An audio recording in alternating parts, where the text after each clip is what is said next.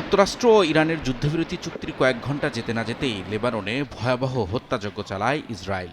রাজধানী বৈরুত সহ দেশটির পূর্ব ও দক্ষিণাঞ্চলে নির্বিচার বোমাবর্ষণে হতাহত হন বহু মানুষ।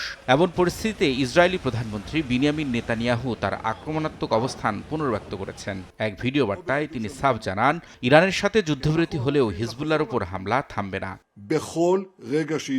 লেবাননে ইসরায়েলি হামলার জেরে হরমুজ প্রণালী বন্ধ করে দিয়েছে ইরান। একই সঙ্গে নেতানিয়াহুর হুঁশিয়ারির কড়া জবাব দিয়ে ইরানের ইসলামী বিপ্লবী গার্ড জানায়, শত্রুরা সামান্য ভুল করলে তারা পূর্ণমাত্রায় প্রতিক্রিয়ার জন্য প্রস্তুত।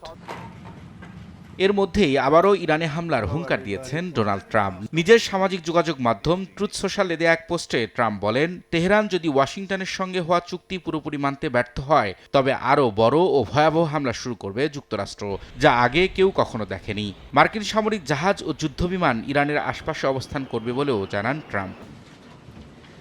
এক সংবাদ সম্মেলনে হোয়াইট হাউস জানিয়েছে, ইরান যুক্তরাষ্ট্র যুদ্ধবিরতি চুক্তিতে লেবানন অন্তর্ভুক্ত নয়। এ বিষয়ে প্রেসিডেন্ট ট্রাম্প ও নেতানিয়াহুর মধ্যে পূর্ণ সমন্বয় রয়েছে বলে জানান প্রেস সচিব ক্যারোলাইন লেভিট। তবে ভবিষ্যতে লেবাননকেও যুদ্ধবিরতির আওতায় আনা হবে কিনা তা নিয়ে আলোচনা চলতে পারে বলেও ইঙ্গিত দেন তিনি।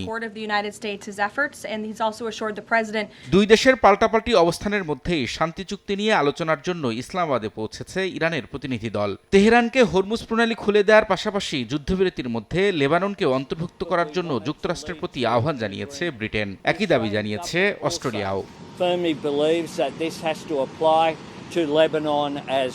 এদিকে 2 সপ্তাহের যুদ্ধবিরতির ঘোষণায় আন্তর্জাতিক বাজারে তেলের দাম ব্যাপকভাবে কমে গেলেও হরমুজ প্রণালী বন্ধের খবরে বৃহস্পতিবার সকালে এশিয়ার বাজারে আবারও কিছুটা বেড়েছে জ্বালানি তেলের দাম। অপরিশোধিত তেলের দাম 2.2% বেড়ে ব্যারেল প্রতি দাঁড়ায় $96.70। রবিউল ইসলাম আওলাদ, সময় সংবাদ।